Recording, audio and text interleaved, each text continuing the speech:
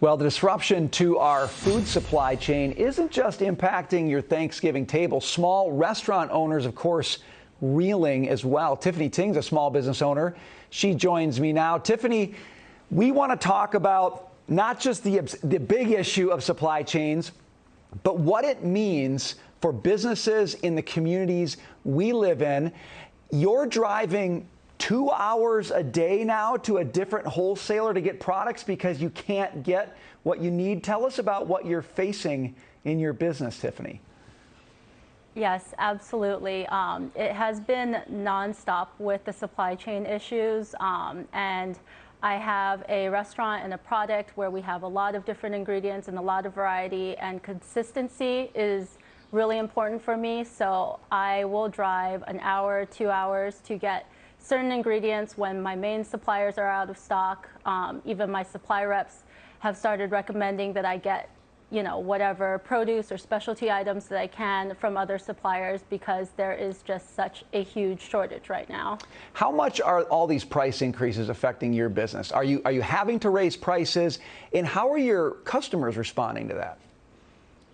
Yes, so everything from my packaging to my cleaning supplies to my fish and produce and Asian ingredients are double to triple the price.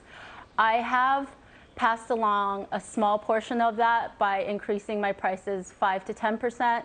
I haven't had much complaints from customers. For the most part, our customers are great and they've been really understanding, the ones that have noticed it, or it's opened up a dialogue with certain customers to just help them understand what's really going on behind the scenes.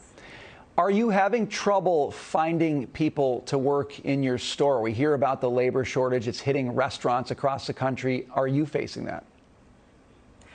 Yes, I do have a really solid core group of employees now, but we are experiencing the labor shortage as well. I'm still hiring and looking for staff, but it's just a hard time to find people that want to work in a restaurant environment. And I think right now with how chaotic it can be, changing up suppliers all the time and just constant fire drills, it's a stressful time to work in a restaurant, and it's hard to find people that can be a part of that. I want to ask you, as you think about the future, that's kind of the question. Looking ahead 6 months, 12 months, do you feel like you can survive this kind of environment for an extended period of time? I mean, economists now are saying we might have supply issues late into 2022 and beyond. Same thing with rising prices. At what point, Tiffany, does that become just impossible for you to stay in business?